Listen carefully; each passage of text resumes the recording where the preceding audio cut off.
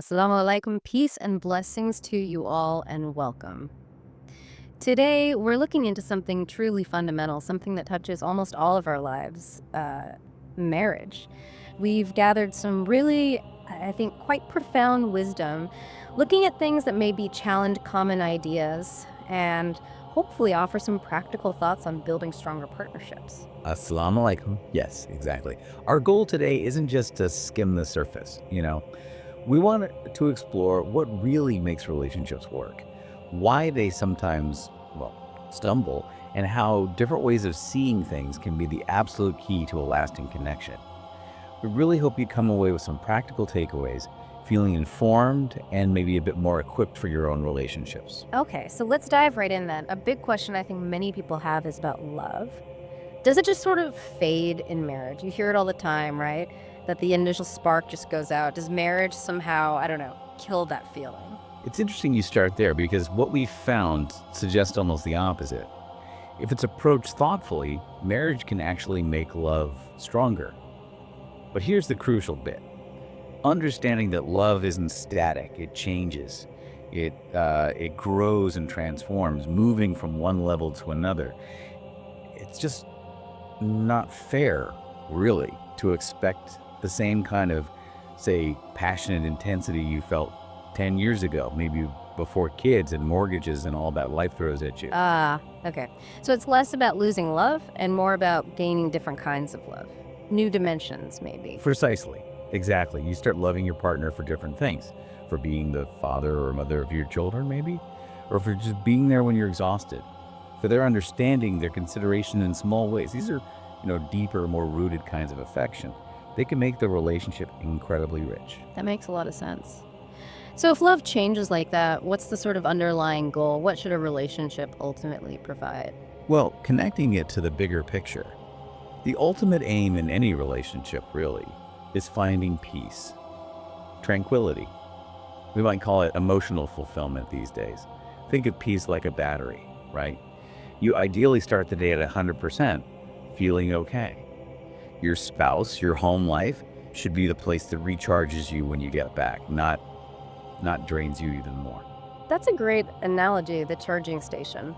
But, well, it often doesn't feel like that, does it? Why do couples end up fighting so much then if peace is the goal? Right. And that's usually because someone feels their peace is being disturbed. Their battery is being drained, not charged. And so they react. They try to get that peace back, sometimes quite forcefully. If both people aren't flexible enough to give each other that sense of peace without feeling totally depleted themselves, that's when the friction starts. Everyone wants peace in their own way, and finding that compatibility, that give and take, is just vital. Okay, to make this more concrete, let's maybe look at some examples. Our research looked closely at the life of the Prophet Muhammad, peace be upon him. What can his relationships teach us about these principles? Oh, his life offers just profound lessons, really timeless. For instance, think about his chivalry, his gentlemanship. There's these beautiful stories in there where he kneels down, offering his knee like a step for his wife Safiya to get onto the camel, and then covering her with his cloak for modesty. That wasn't being weak. It was strength shown through protection and care. It shows how those simple things like holding a door, they're not trivial. They're fundamental acts of consideration. That really highlights respect in action. But you mentioned earlier that respect can be tricky, even culturally sensitive sometimes. Yeah. How does that factor in? That's a really important question because respect isn't monolithic. It exists on a spectrum, and culture plays a huge role. For example, we know Meccan men at the time tended to be more, shall we say, dominant in the household, while Ansari women in Medina were often more vocal. Even someone like Omar ibn al-Khattab, a very strong personality, was apparently taken aback when his wife started speaking more assertively, adopting that Medinan style. So there's no single definition. It comes down to what's considered reasonable. Bil Ma'ruf is the term, basically. What's fair and customary and kind within that specific relationship's context. And within the household itself, his role, was it what we call traditional or more modern? It seems it was more of a blend, really transitional. His wife Aisha described him as being like, well, everybody else around the house, he'd clean, he'd mend his own clothes, fix his shoes, even milk the goat. It clearly shows that being the man doesn't mean You're above helping out. It's about being reasonable, sharing the load. And of course, the flip side is that the wife also needs to show appreciation and respect for the husband's role and efforts too. It's mutual. Beyond the practical, what about the emotional side, the connection he had? Oh, incredibly kind, very understanding, compassionate. There's that example of his wife, Sophia, visiting him during his spiritual retreat in Tikaf. She didn't have family in Medina, so she felt lonely and missed him. He didn't brush her off. He actually sat with her, talked with her, and then walked with her part of the way home when she left, just showing deep care for her feelings.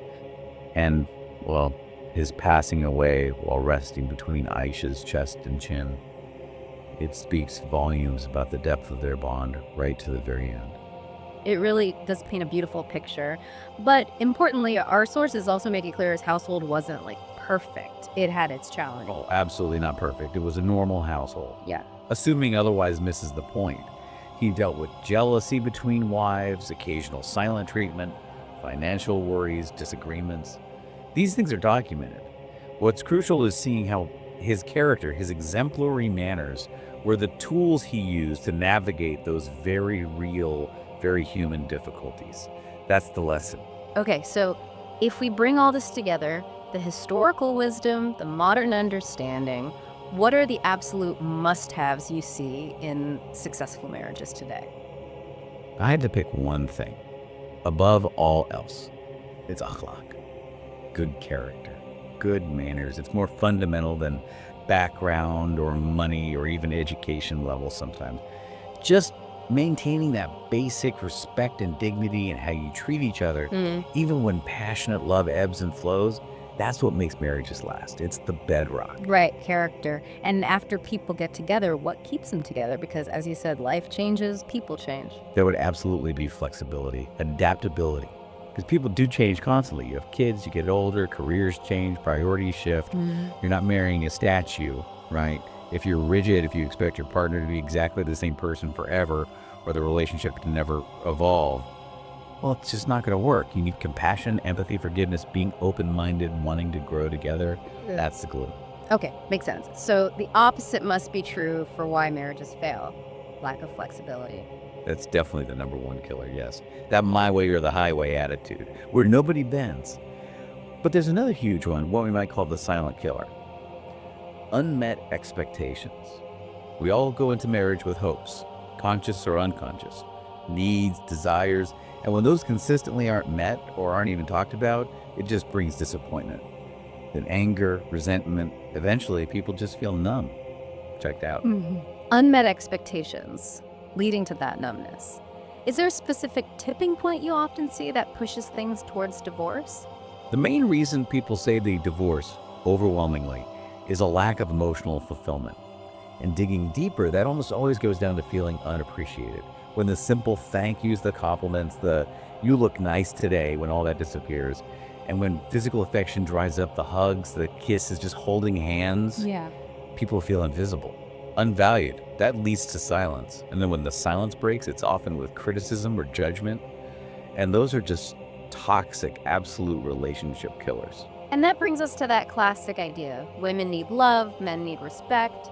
But you mentioned it's not quite that simple. No, it's definitely more nuanced than just a simple transaction. While it's broadly true, women often prioritize feeling loved, men prioritize feeling respected. They're kind of like two sides of the same coin. They're expressed in different dialects, you could say. A man often feels love through respect when his partner values his contributions, his efforts, and a woman often feels respected through being loved, cherished, cared for, prioritized.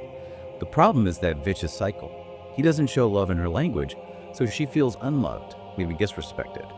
So she doesn't show respect in his language, so he feels disrespected, unloved, and pulls back further. Someone has to deliberately break that cycle. So how do you break it? How do you show love or respect in the way your partner understands it, not just how you think it should be shown? The absolute key is doing it in a way that is genuinely meaningful to them, even if it doesn't make sense to you or it's not how you'd want it.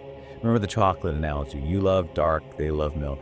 Buying them dark chocolate because you like it isn't really thoughtful, is it? It's kind of self-serving. You have to learn their love language, their respect language.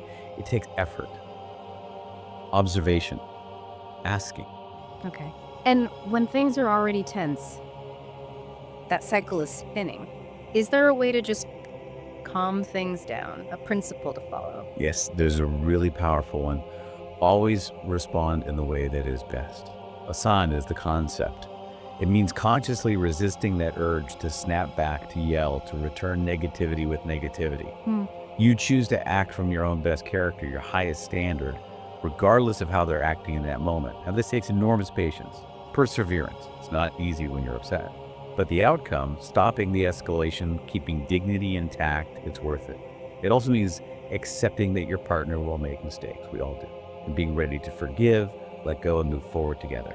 With all this emphasis on patience, forgiveness, working through things, is ending a marriage ever the right call? Especially if it's just, unhappy. That's a really important, sensitive question. Hmm. If the marriage is just unhappy, maybe stagnant, but it's not abusive, not dangerous, not completely crushing, sometimes finding a way to make it work with minimal friction, sort of settlement or adjustment, might be better than a messy divorce.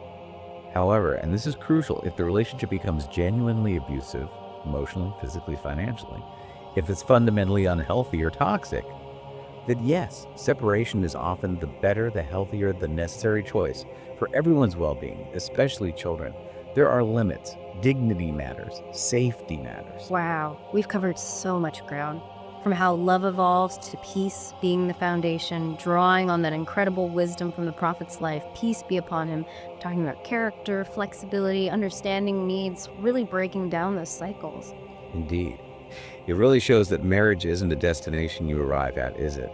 It's a journey of continuous growth, adapting to each other, deepening that understanding.